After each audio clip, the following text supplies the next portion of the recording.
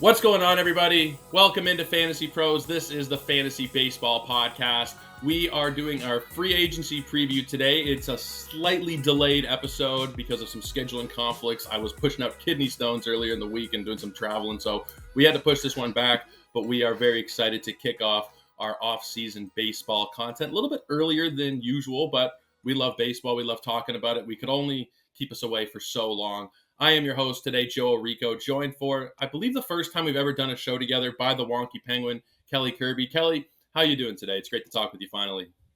I'm doing pretty well. I'm very excited to be on podcast with you. I think whenever I've seen you on leading off, I'm like, I think you and I would have some really good vibes. So I'm glad they put us together for this. And I'm really glad that you might be past your kidney stones because that just sounded horrific. So they're still kicking around in there, but we've got the right combination of meds that makes it so I can get through a podcast and get back into the working world after having to take a couple days off. But it's great to be back talking baseball. I haven't done a podcast in a few weeks, and we got a lot of fun players to talk about today. We are going to be breaking down the free agent class of 2024/2025. And I think there's really nowhere else to start except with Juan Soto, who is by far the biggest name available in the class. There is a chance that he gets the biggest contract we've ever seen. I know that there's, with all the deferred money and all that, things do get complicated. But Juan Soto is going to get an absolute haul. It could exceed $600 million.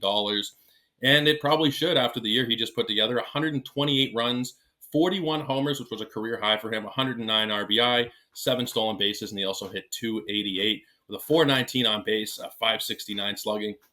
I do think that the landing spot does come down to probably 3 places. I've heard Toronto thrown around in there. I'm not going to get hurt again on that front. We just did that last offseason. It does seem like New York, in terms of the Yankees and the Mets, are going to be the front runners, and also the Dodgers. Kelly, do you have a lean right now of where you think Juan Soto is going to be playing come April? I think it'll be really hard for him to not go back to the Yankees, given that they made it to the World Series. They came close, and he and Judge just created such a monstrous, 2-3 or however they were batting toward the end, that would make the most sense. I would love if the Blue Jays got him, but I understand you wanting to avoid that type of thing 2 years in a row, and maybe we just won't track planes this offseason.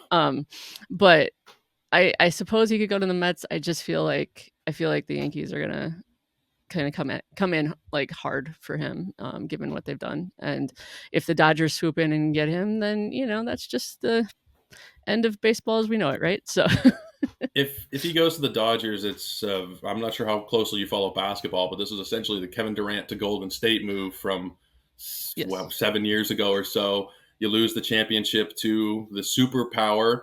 And you think, all right, can't beat him, might as well join him. I hope for baseball's sake that they don't get Juan Soto. There's another big free agent we're going to touch on in just a minute. And honestly, most of the big free agents, we've listed potential landing spots. The Dodgers are going to be in on all of the big names. But if they get Juan Soto and you're trotting out however you want to arrange them, Ohtani, Betts, Freeman, Soto, maybe they get Teoscar Hernandez back. They might win 130 games. Yeah, I thought that last year when they had just the three, the Freeman, Betts, and Ohtani. I was like, what pitcher is going to want to go at that threesome? You can't add a fourth like this. I think it would be devastating. And as a Cubs fan, I would prefer he stay out of the National League.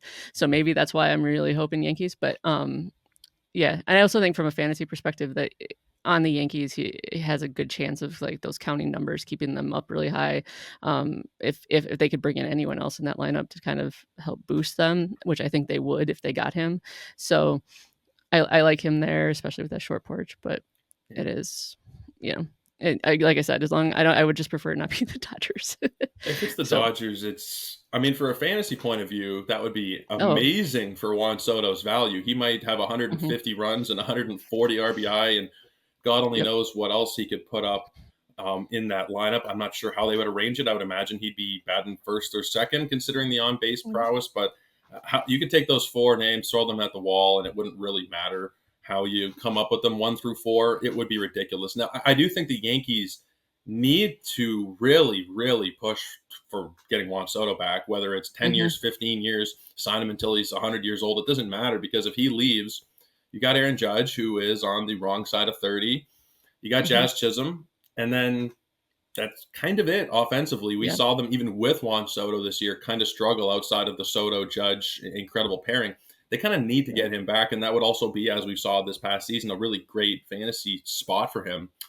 Hmm. In terms of the Mets, I don't know how great that would be in terms of the counting stats, especially if Pete Alonso were to leave. There's still Francisco Lindor, but I think we probably both agree that that would be the weakest landing spot from a fantasy point of view. Yeah, 100%. I thought that too. Where a Soto Lindor top of the order is formidable, but if they lose Alonso and they don't bring in somebody behind them, that's not the ideal spot for a fantasy. I mean, he would still be worth having. Obviously, like Juan Soto's going to be worth having wherever he goes, but I would be way less excited if he was on the Mets just from that perspective. Yeah, I think he's a first round pick, regardless of Hmm. which one of the 30 teams he ends up on. But I think if I were a betting man, and occasionally I am, I think that it's probably the Yankees. They're probably going to just give him $650 million or something, but we'll have to see how that one plays out. Let's move on to Corbin Burnes, unless you have anything Okay. else to add on Soto. Nope, that's all I've got. So Corbin Burnes had a fantastic season. 15 wins, 194 innings. He struck out 181 batters. It was a 296 ERA, a 110 whip. The thing with Burnes is that his stuff numbers, the stuff plus metrics that Cyrus has, you can check them out on Fangraphs, and the strikeout rates have gone down in each of the past 4 seasons. Makes me a Hmm. little bit nervous from a fantasy point of view to really invest in Corbin Burnes. Some potential landing spots, again, the Mets, the Dodgers, the Red Sox, the Orioles. What's your outlook on Corbin Burnes' landing spot, and do you have any concern about some of the kind of bad trends we've seen from him over the last couple of years? Yeah, I have more concerns about him, based on how kind of the last year went with especially those strikeout numbers, and even I know it sounds absurd, but even like that ERA seemed just a little bit higher than what, you expect from him on a regular basis. So in this case, I think it does matter if he which park he ends up in terms of home park for pitching. And I so it's like I would rather he not go to the Red Sox. But yeah, I see him more as a Met than kind of anybody else, I think. So that's where I would put him. But I definitely have concerns. I don't know if I would take him as like the first pitcher off the board or anything next year, just because he's going to turn 30. It's going that direction. In my early rankings, and again, it's the calendar just slipped to November. They're probably going to be torn apart and redone. But he is like a borderline top 10 pitcher for me right now. I could potentially move him Mhm. outside of the top 10 even, and I think there will be people who are still in on him as a top 5, top 7 pitcher. I wouldn't have a huge problem with it, but he threw 194 innings. He didn't even meet that strikeout per inning threshold. That is something to worry about. The ballpark will obviously also be a factor wherever he goes. I think if he stays in Baltimore, that would be what they probably need. Outside of him, they've got Grayson Mhm. Rodriguez, who hasn't quite lived up to expectations. I believe Zach Eflin is still under contract. They have, the building blocks for a good rotation, but I think Corbin Burnes is kind of necessary if they want to continue at the pace they've been at for the last couple of years of 90 to 100 wins, making it, Yep. hopefully making it deep in the playoffs. I think they really should make a big push to bring him back. And of course, that deep wall, Mount Baltimore, Mhm. whatever you want to call it in left field, certainly does help there from a pitching Yep. standpoint for Corbin Burnes and for everybody in Baltimore. That's made it more of a much more pitcher friendly park over the last couple seasons. Mhm. But you are leading the Mets at this point.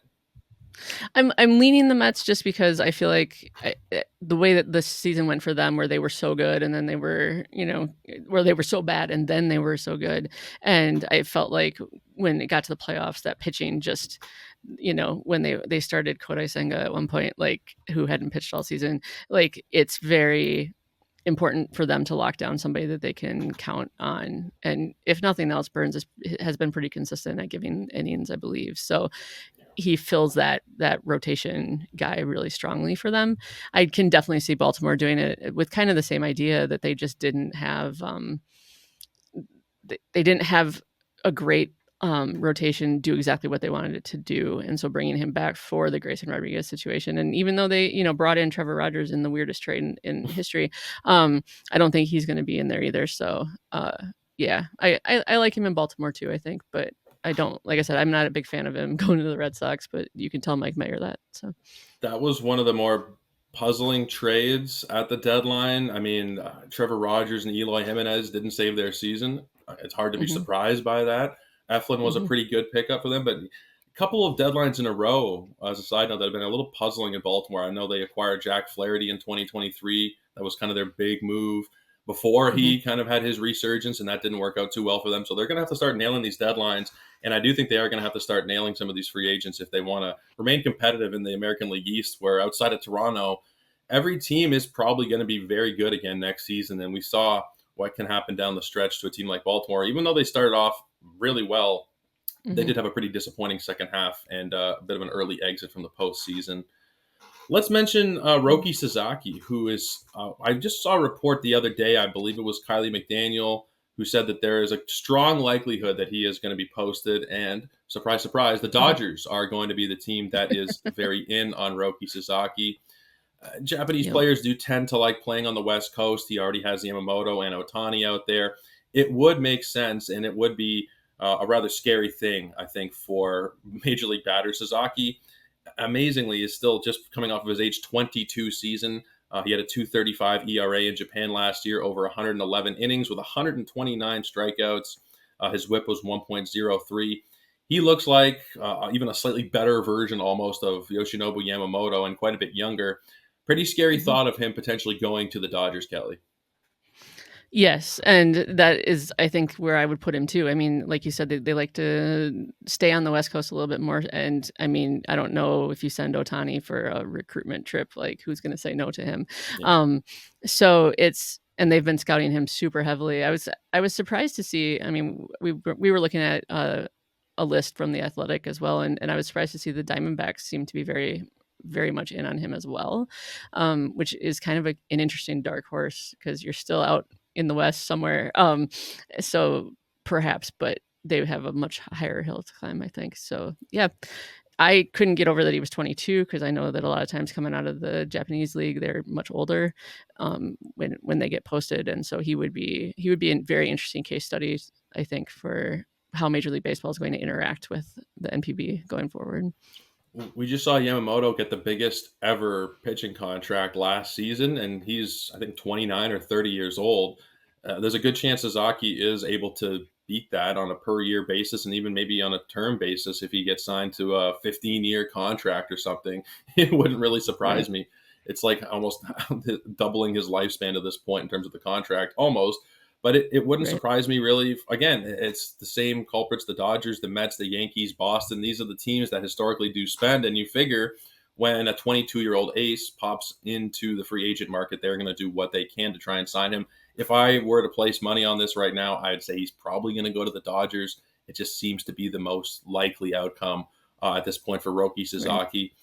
We were going to talk about Gerrit Cole, but he did opt back into his contract. So there's not really too much to discuss there. The Yankees didn't have much of a choice, even though Gerrit Cole Mhm. has some injury problems, some slash concerns. He's getting older, but without Gerrit Cole in that rotation, I don't think there would be really much to talk about in New York. So no real surprise there, Kelly, that they picked up the Gerrit Mhm. Cole option. Anything to add on him? I think it'll be really interesting to see where he goes in drafts for fantasy, given that his numbers have been iffy, and when he's good, he's good. When he's not good, he's not good. And you're getting, again, same age thing. How old was he? I forgot. Like 34. 34, yeah. So yeah, you're starting to really look at him like, how are people going to draft him based on name more than current level of talent? And it'll be interesting to see. But I always assumed he would just still be a Yankee when it was all done. So Yeah, the name value is going to push him up probably a little too high for my comfort level. I think I have him at like 15 or 16, and I could make an argument that he should be top five. You could also make an argument that he should probably be like outside of the top 25. We were talking about the yeah. declining trends with Corbin Burnes. It's been kind of the same thing with Gerrit Cole. His numbers are more closely resembling what he did in his late Pittsburgh era, early Houston era to some extent, more so than what we've seen over the last 5 or so years. So a little bit of a Right. decline. He's still probably going to be very solid, but not somebody that I really want to be taking in the first couple rounds where he's gone the last couple seasons. I don't have early ADP pulled up in front of me. There's like 20 or so drafts that have been completed, but you get the Yeah. feeling that Gerrit Cole is probably going to be a little too expensive for our taste again. Yep, I think so. And then, they'll make us look like fools if he does what he has been doing. But I would imagine a lot of people in the industry are going to be down on him further than people outside of the industry. There's something to be said about those Hall of Fame superstar level talents where sometimes they just do things that aren't expected. If Gerrit Cole won another Cy Young next year, I wouldn't be overly shocked by it, but I do Right. think we are kind of on the back nine of his career at Mm-hmm. this point. Another pitcher who does have some injury concerns is also a free agent. That's Max Fried. Coming off of Mm-hmm. a pretty solid year, there were a couple of ups and downs, but 11 wins, 174 innings. He struck out 166 batters with a 3.25 ERA, a 1.16 WHIP. I think there's a decent chance he goes back to Atlanta, but from some conversations I've had with people who follow the Braves, they don't know that it's all that likely. Baltimore, New York, Boston are also potential landing spots. New York, as in the Mets there. What are your Mm-hmm. thoughts on Max Fried? He has dealt with forearm, elbow problems each of the last few seasons. Would that give you any pause as a team looking to sign him and as a fantasy manager looking to draft him in 2025? Yeah, I mean, the left forearm neuritis never sounds good for a left-handed pitcher. Have some concerns about him. I feel like he had a nice kind of bounce back, like when he did come back from injury, and he got up to that 174 mark. So he was able to.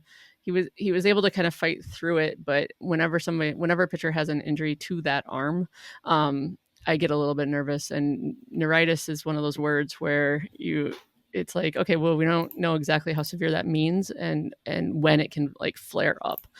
It can make it very difficult to assess. So I wouldn't have any concerns, given what it'll take, I think, to sign him. I wouldn't have too many concerns, but I do enjoy the salary comps that were compared for him were like people like Patrick Corbin and Tyler Glasnow, and that's not really inspiring in terms of injury stuff. So yeah, but I also think in terms of fantasy, he, depending on where he lands again, like he won't have a lot of win equity if he goes to somewhere that just doesn't have it. And the Braves are a decent landing spot if they decide to re-sign him. But I see him landing in Boston for some reason. I think I could see that. I wouldn't love it from a ballpark standpoint. More one of the more hitter friendly ballparks. I think it's Mm-hmm. usually third, second to fourth kind of range if you look at Statcast park factors. Wouldn't be my favorite thing from a fantasy point of view. I'd like to see him stick around in Atlanta. You're going to have a full powered lineup. It's supposed to be a full powered lineup with Acuna coming back. Ozzie Albies, Michael Harris, Austin Riley, all these guys missed time this season. He did still win Mm-hmm. 11 games, and double-digit wins is not something that we can be so secure in with starting pitchers these days. Generally speaking, it's a win. But I would prefer to see him going back to Atlanta as opposed to going to the Mets or going to Boston. Baltimore would be kind of interesting as a landing Mm-hmm. spot. I'm not sure they'll open the books for him and Corbin Burnes. If they're going to sign a big starting pitcher, I'd imagine it'd be one or the other, and they probably would go more with the incumbent there in Burnes. Mm-hmm. But somebody that I do kind of worry about, I did a show last preseason, again, talking about Eno Saris, and he was reading off some stats about the recurrence of elbow and forearm injuries. And once you have one, especially if you have multiple, the recurrence Mm-hmm. is like 80% or something. So I feel like there will come a time when Fried does need Tommy John surgery and will need to miss a Mm-hmm. lot of the season. I kind of factored that into early rankings. I have him in like the low 20s right now, which probably is a lot lower than a lot of people just generally perceive Max Fried to be. But Yeah. I am a little bit worried about that arm holding up for sure. Yeah. Um, And one thing that I always talk about or just believe, I guess, in my own is well, you can't predict injury. You can't say, oh, this is, anyone can get injured at any time.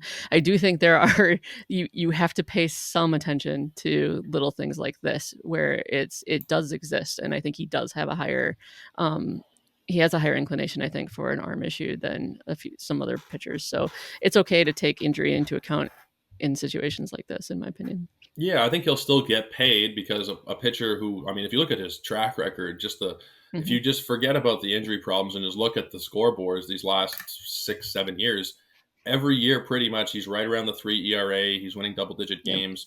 He's been a workhorse, and I think that will get him paid, even though I think we're both maybe a little bit nervous about what that can potentially look like. Before Right. we keep going, we got a special offer for you guys right now. You can unlock a free month of Betting Pros Premium when you download the Betting Pros app and use that promo code FPFREE. So FPFREE. Baseball might be done for now, but there are tons of football, basketball, and hockey games to be betting on. Get access to tools like the Same Game Parlay tool, the Prop Bet Analyzer, and the Prize Picks Prop Bet Cheat Sheet. Don't miss out. Try it for 1 month for free now. It's available on iOS and Android. And once again, that code is FPFREE. Kelly, let's keep it going. We've mentioned him already once or twice, and Pete Alonso is next on our list.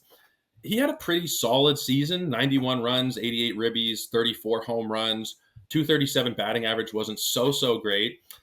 I think it was kind of a little bit lesser than what we were expecting. And it's funny because there was a contract offer that he had. I think it was like 7 years, 160 some odd million before this season. I don't know that he's going to get that number now. Some of the potential landing spots are the Mets, Seattle, the Yankees, even the Nationals were listed in that article. What are your thoughts on Pete Alonso? Is he going to be able to recoup what he was offered, I believe it was before this season? Is there any real reason to be concerned about his landing spot or his fantasy value going forward as far as you see it? I'm not as concerned about him, but I don't know. Aside from being represented by Boris, I'm not sure if he'll be able to get that back. Like, I understand wanting to test the market, and I think in terms of power bats and first baseman, he's kind of the one that's out there, if I remember correctly. But I feel like he's got that power. His average is right where I expected it to be, just because he was so low last year, and it kind of split the difference between the years before. But I think he has 40 home run potential pretty much everywhere. Obviously, if he lands, somewhere with a nice outfield like the Yankees, then you've got it. The Mariners would be the worst of the landing spots just from a power perspective, but I wouldn't have any issue. Like, the way I always look at him is you're drafting him for 3 categories, and as long as you keep in mind you're drafting him for 3 categories, then you probably won't be disappointed. Seattle would not be something that I'd love from the power perspective. I think he's strong enough to negate a lot of that, but still, even if it would have been maybe 42 home runs somewhere else, it might be 35, 36 in Seattle. You're also looking at a team that struggled even just outside of the ballpark. Their lineup was atrocious last season. Julio struggled. Yes. Everybody struggled. Now you got Randy Arozarena in town, which does help out, but he's also a guy who struggled last season. Wouldn't be my favorite choice. I mean, hell, I'm a Blue Jay fan. I'm an AL East fan. If he goes to the Yankees, I'm probably going to cry a little bit, especially if Soto goes back there. But in terms of the potential landing spots, that might be the most favorable. If you're getting him right behind Judge and Soto, you might be looking at 120, 130 RBI. Will the Yankees spend to that extent? Hasn't been their MO in recent years, but when a guy like Alonso's on the market, if you can get him, that would be probably pretty wise for the Yankees to at least pursue that. Yeah, I can see them kind of checking in on him again. I would guess he's going to go obviously where the most money and the most years are, and independent of anything else. The Yankees, I feel like, if they throw the whole thing at Soto, I don't think they would be willing to throw another whole thing at Alonso, which, like you said, as an AL East fan, I don't think anyone wants that, because that would be kind of a frightening lineup as well, kind of that foursome that you don't want to deal with. But from a fantasy perspective, either New York, I think, is a good landing spot for him. So yeah, he's shown that he could be productive in the Mets lineup. There's a familiarity aspect there. Yeah. Either one of the New York lineups would probably be the best destination. I've seen kind of a mixed bag of responses to him potentially going back to New York from the Mets people I follow on Twitter. They seem to be kind of, they don't want to pay him for his declining years in his 30s, but at the same time, 35 home runs, 100 RBI don't just grow on trees. And that's a team that would really, really need to fill that hole if he were to go somewhere else. There's some potential other players on this list that we're probably going to talk about that could be that person, but I think the Mets should really push the chips forward to try and get Pete Alonso back. Alex Bregman is another guy here. About what we were expecting this season, maybe slightly less in terms of the counting stats, 79 runs, 75 RBI, but still had 26 home runs. He still batted .260. There's been some kind of cute quotes in the media from Scott Boras the last couple of days, making some jokes about his clients with Bregman and with Pete Alonso.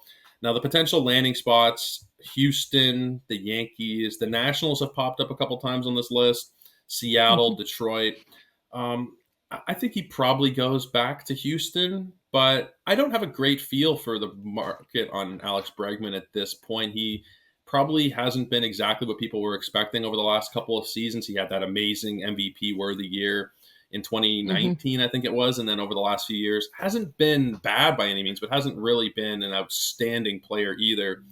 Where are you on Hmm. Bregman? Do you think he'll end up going back to Houston, or will he potentially go to one of these other markets? I think I feel like if Houston wants him, they'll make a solid offer, and he will have to kind of decide if he wants to move on from them, which I haven't seen anything that says that he wants to. Yeah. However, we also know that Houston has no problem letting free agents walk, no matter how long they've been in the organization. And with Bregman being 30, I can see the Astros deciding they're going to get younger and kind of build around Jordan and Tucker and start over with a few people. So I feel like I don't know. I feel like the Nationals are an interesting landing spot for him. The Tigers are an interesting landing spot for him. I don't really have a strong desire like to have him in fantasy just because I feel like I feel like he usually goes too high for the production that he's giving you, but he's also the type of player that will beat you like randomly every week that you play against him, and you'll think, why don't I draft Alex Bregman? So I find him to be a very infuriating fantasy player sometimes. Obviously, like if he goes to Detroit, that's not a hitter's park. If he goes to Seattle, same thing. Staying in Houston, I think, has the best fantasy impact, other than again the Yankees. But that kind of goes without saying at this Yeah. point. If everybody lands with the Yankees, then that is a boost for all of their value. Yeah, with the park, and especially if Soto goes back there, then you just add around them in that lineup. Anybody who gets added into that lineup is looking pretty damn interesting. In terms of Bregman, there was, I think it was Jose Altuve or some member of the Astros right when the season ended that was making kind of a public plea to re-sign him. Forget if it was Yeah. Altuve. I think it was Altuve. I think he Mhm. is wanted by his teammates. They do want him back.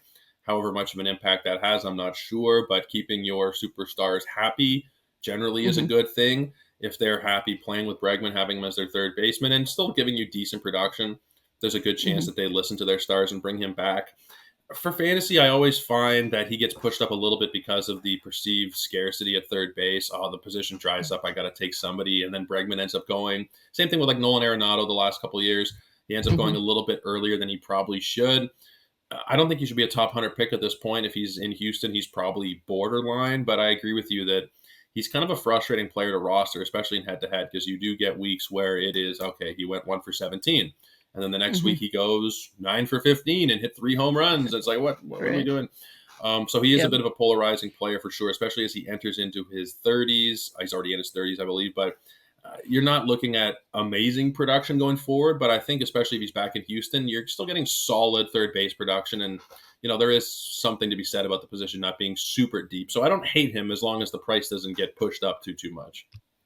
Right. Yep. And I think if he goes back to Houston, his price will probably remain pretty much where it needs to be. Yeah. If he goes to the Yankees, he'll get too expensive in 10 seconds or less. So, yeah, I'm almost always out on Bregman, but I don't begrudge people who want that type of player in their lineup. Yeah. And like you said, third base is it's a weird position. I felt like last year it was deeper than what people thought it was, and because you could find them out there until all the injuries hit, and then all of a sudden it was who has third base eligibility. Is there a catcher that has it? Like, I mean, Yeah. it got a little ugly for a while. Yeah, it would be interesting to see what they do with Jazz if he does go to New York, because then they'd have to Hmm. find out if they want to put him back in the outfield or maybe stick him back at second base or something. They need to do some mixing and matching if that were the case, but it's one of those good problems that teams have should Yep. they sign Alex Bregman potentially.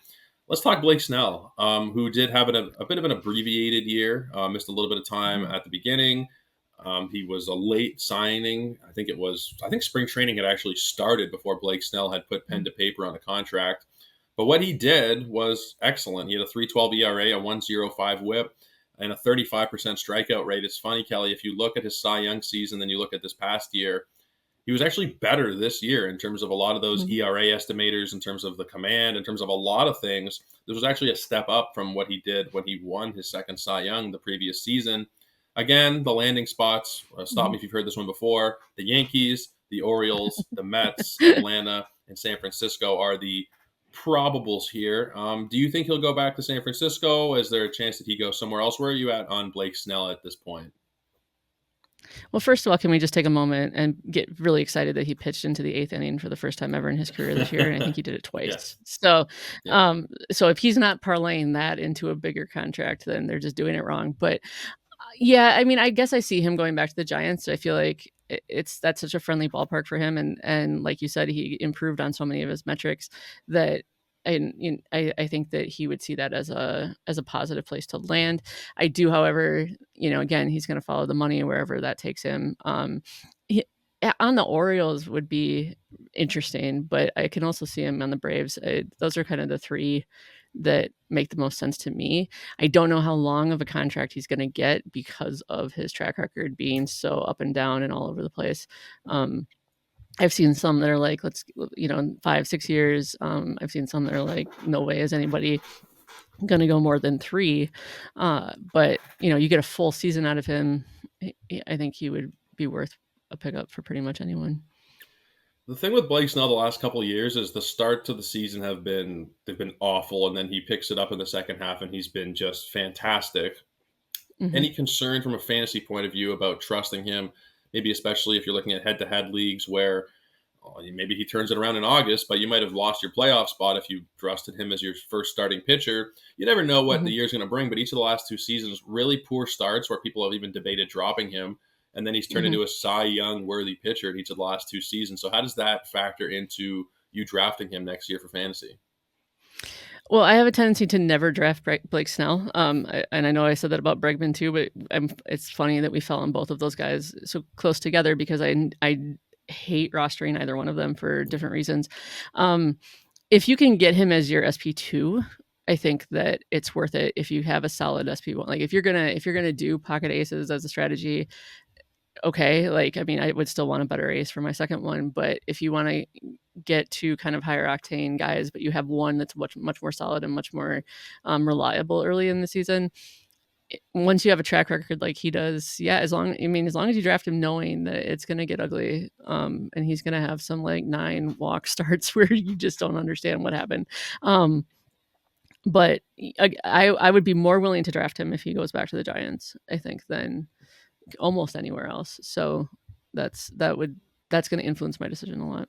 Yeah, I mean, we can't forget about the injuries, the year in, year out inconsistencies. I only drafted him one time last year, and I did, I think, 18 leagues. And it was coming close to draft season. It was like in March when he fell a round or two because he was unsigned. And I figured, okay, I'm getting a bit of a discount. I'll draft him. It did work out, but I am in agreement Mm-hmm. with you that he's not somebody that's generally a target for me. There are just some quote unquote safer options, although who is safe among starting pitchers at this point? You never know. But Right. perceived safer options that I can get in the similar kind of range as Blake Snell. And I feel like what he did in the second half is going to have him a little bit out of my price range, probably depending on landing spot. But as of now, I think he's going to be costing a pretty penny come February, March, whenever you guys are starting to get into your drafts. Yep. Freddy Peralta is another guy who is a little bit polarizing for me. He had a fine season. It was nothing to blow you Yep. away, though. 3.68 ERA, 121 WHIP. He did reach 200 strikeouts, which is a big deal. Still had a great strikeout rate. Now the Brewers have a team option. I think it's 22 million. I think they're probably going to pick this one up. I haven't seen any news since we started recording earlier today that they did pick it up, but I think Kelly, the likelihood is Freddy Peralta ends up back in Milwaukee. Yeah, his team option is actually only 8 million, so I Oh think for wow! sure he's headed back there. Oh Yeah, wow! because on free agency he would make significantly more than that.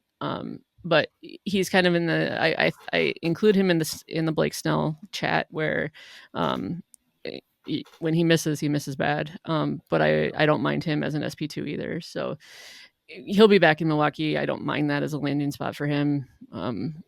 But yeah, I can't see them passing him up for 8 million. I was looking at the yearly value of his contract at this point, which had been 22. So forgive me there. But I think Freddy Peralta is 99.9% chance to be pitching in a Brewers jersey once again. Although they do love to piss off their pitchers. Corbin Burnes last year Love declining it. the option. Hmm. Devin Williams this year, I think it was over $1 million again. They do Hmm. like to make some business decisions that are not generally player friendly. But I do think Freddy Peralta is pretty much a lock to go back. Yep. Somebody who had one of the bigger surprise kind of breakouts this year for me was Anthony Santander. 44 home runs, 102 Mm-hmm. RBI. He scored 91 times. The batting average wasn't too pretty at 235, but you don't really care considering you got 44 homers and 102 ribbies. Probably going Mm-hmm. back to Baltimore if I had to place money on it, but some of the other potential landing spots are Washington, Cincinnati, Toronto, and Seattle. If he goes to Cincinnati, that might be a 50 home run season, Kelly. But what are you thinking right now on Santander in terms of landing spot and in terms of your interest level heading into draft season? I ended up drafting him a lot of places last year without a lot of interest in him. I feel like he fell to me a fair amount, and I thought, oh, he has like 30 homer possibility. Like in my head, I was just like, okay, 30 home runs, and he's in a decent lineup. So popping 44 was just a bonus on top of a bonus. But Yeah. I see him going back to Baltimore, but the fantasy player in me wants him to go to Cincinnati really badly. So if he does that, I would bump him up a fair amount. Because like you said, I think it would be worth around probably 6-7 more home runs. So If he were to go to Seattle, though, I mean, that would not be right, my favorite thing. I no, think in all likelihood, it's probably Baltimore, but it is interesting to see Washington. And again, mm-hmm. we're using some data from The Athletic and from MLB trade rumors. It seems like Washington could be an interesting team this winter in terms of maybe picking off one or two big names. Do you Mm-hmm. think this is just maybe some speculation, or do you think there might actually be some smoke to the fire here? I feel like in some ways the Baltimore players get linked to Washington. I don't know if it's a geography thing, Mm. but it seems like they get tossed in a lot with the two teams. But I think Washington has the ability, like if they decide that they're going to not go all in, but if they're going to go partially in starting like this year and hoping that some development of the players that they've gotten through trades elsewhere continues the development, I could see them going after him. He's 30, but with hitters, I don't worry about it quite so much as quickly anyway. So yeah, I think the Nationals are a relevant team in his case, but I think it'll be the Orioles. So, I think it will and be. I hope not the Mariners. Yeah, I wouldn't love it unless the Mariners do get a few pieces, and then you can think they'll play off of each other if they get Alonso and Santander adding into Julio and Randy Rosarena. You figure, okay, the ballpark factors will be offset by the talent in the lineup, but I don't wish Seattle's ballpark upon anybody. Right. They're just, unless you're a pitcher, of course, and then it's like it's Mm-hmm. pitching mecca. But I mean, in terms of hitters, you can't really do too much in Seattle unless you are just super, super talented with the way that the factors have gone over the last couple of seasons. Specifically, last year was a dark year Mm-hmm. to roster Mariners hitters. Let's talk Willy Adames, who also had maybe not a breakout year because he's had seasons that could be called breakout years in the past, but 32 Mm-hmm. home runs. He stole 21 bases, 112 RBI. He hit 251, which you'll absolutely take. The Dodgers, Brewers, Braves. I've even heard the Blue Jays potentially thrown into the mix here as options. The Dodgers do seem to be the team that has he just seemed to be linked more to the Dodgers than any other team that I've seen so far. And it does feel like that's the way the wind is blowing, that Willy Adames is going to be in California next year, Kelly. I agree with you. That's everything that I've read about him kind of heads that direction. And yeah, he would slot right in the left side of that infield pretty easily.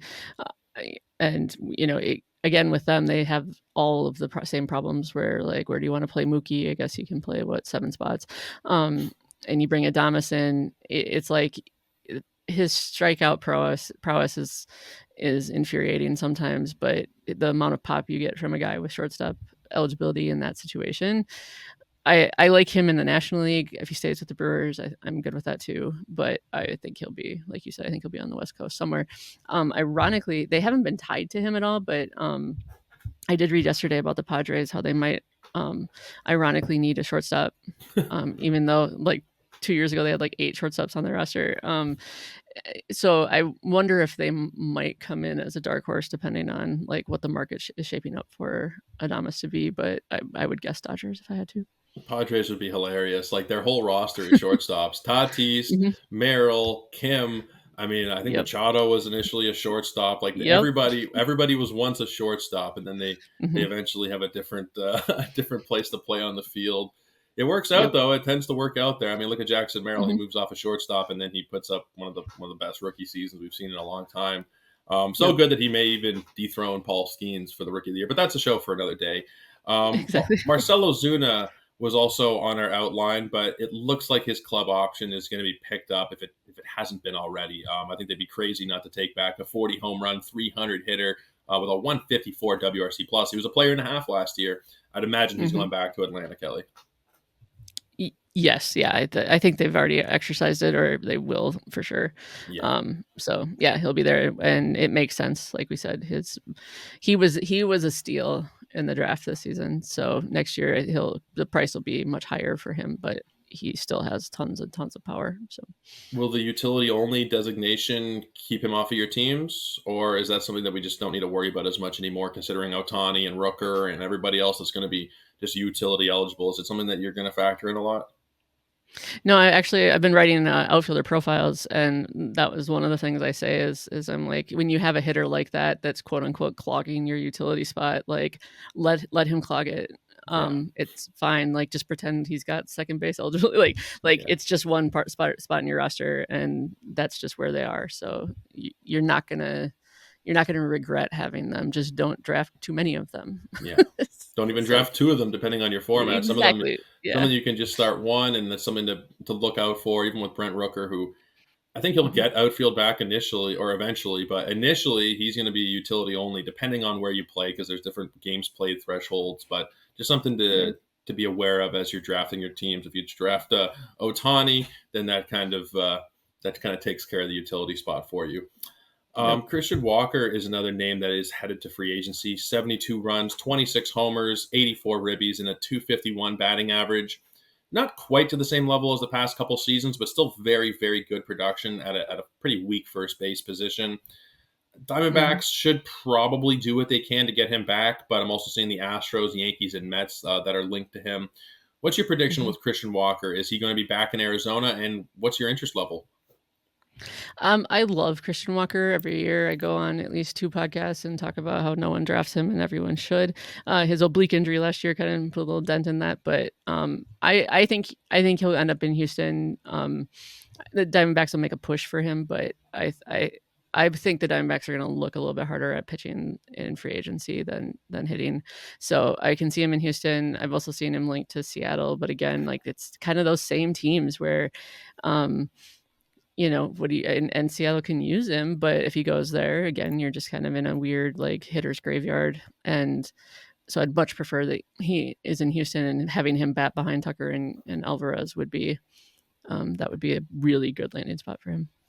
I think Houston would be the best, although Arizona's offense last year was the best in baseball, so I don't think it would be bad necessarily. But yeah, either one of those two teams would probably be the preferred landing spot. If he goes to the Mets, you'd figure that would be a replacement for Pete Alonso, so they'll probably wait for that domino to fall. And then the Yankees, of course, who are in on probably everybody this offseason, as they probably should be, considering what happened to them this year. The World Series going the way it did, I think they're probably going to not want to be embarrassed like that again. And they have the money to spend, so we'll see if they end up spending it. We had Cody Bellinger on the sheet, but he did opt back into his contract, so no need to really talk about him much. Shane Bieber is also on the list.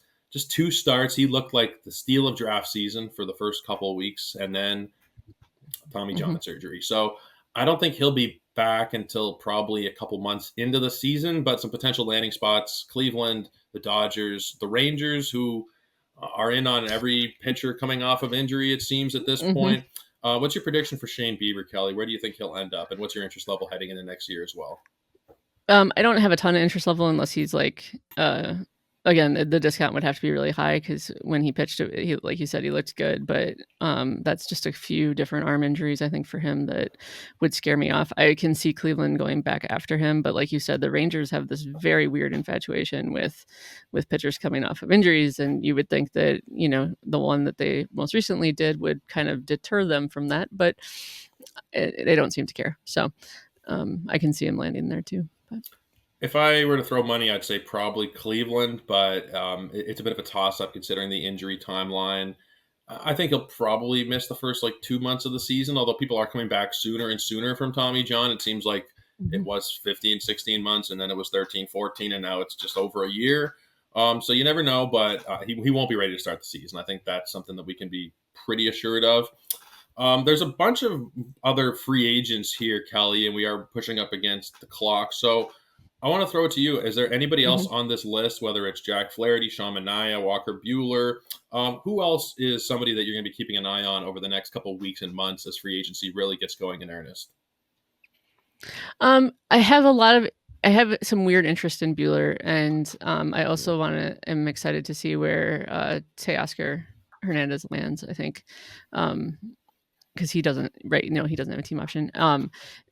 He came out of didn't come out of nowhere, but he just got in the right lineup, and so if Hernandez lands in another lineup like that or goes back to the Dodgers, like I feel like you got to move him up a ways just because he seems to play well or with the team around him, or he plays down if the team around him is doing nothing.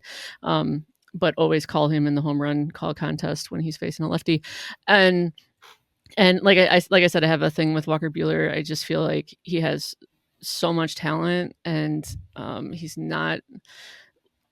He just hasn't like put it all together, and I'm not saying that I think that he will put it all together, but I'm just wondering if like maybe given how he performed in the World Series, like maybe there's a little bit of a renaissance coming.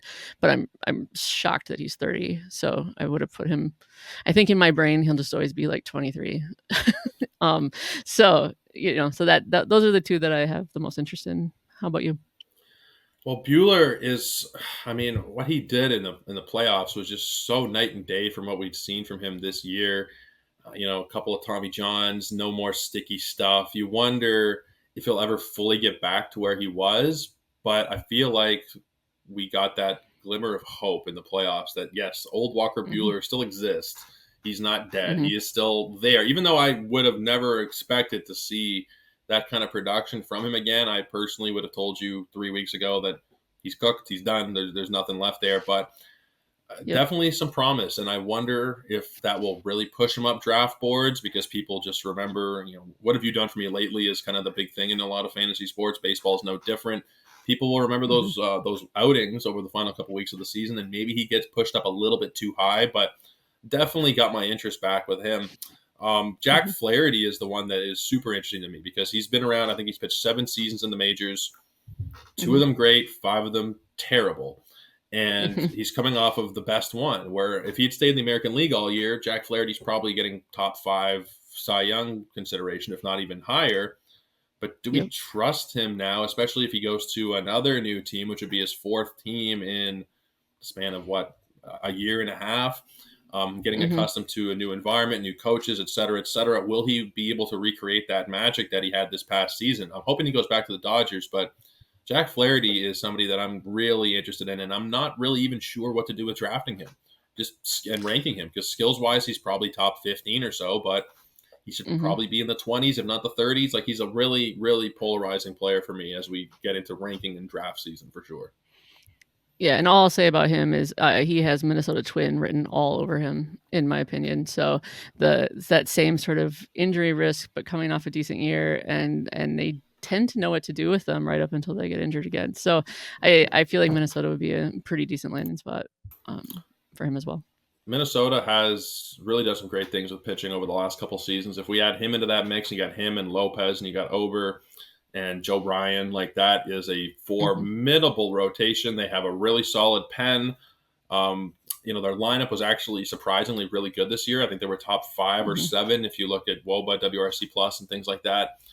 So that would be a kind of a scary one. I thought the Twins were going to make Hmm. some noise in the playoffs. It turns out that didn't exactly happen. Bit They of a didn't rough, even get there. yeah, a bit of a rough run over the last couple weeks of the season. Yep. But I think there is definitely room for them to add a couple pieces and grow. And that division is not exactly fantastic. So I think they'll probably bounce back next season. But Kelly, it's been great to record with you. It's been a lot of fun breaking down these free agents. I want to give you just a chance, just let everybody know what you got going on. If there's any articles coming up to plug or any other podcasts, let people know what you got going on. Yeah, I'm going to be on a fair number of baseball podcasts in the off season for sure, with different hosts, different times. I think I'm doing like 2 a month at this point. Right now, I spend the vast majority of my time. I'm in charge of the hockey betting model at Betting Pros. So that offer that you were talking about, we have a ton of stuff going on over there every day. And hockey is my favorite sport to bet on because not everyone does it. So the lines are a little bit better. But so that's my plug for that. But yeah, otherwise, baseball is my favorite sport. I will be around talking about it and getting in on the articles probably starting late December. Absolutely. Make sure you're following Kelly over on Twitter at the Wonky Penguin. You can find me at Joe Orrico99 and let us know in the comments. Where are your favorite players going to be headed in free agency? What kind of money are they going to be getting? And how will that impact the way you view them for fantasy baseball in 2025? But for Kelly Kirby, I'm Joe Orrico. We'll see you again next time here on the Fantasy Pros Baseball Podcast.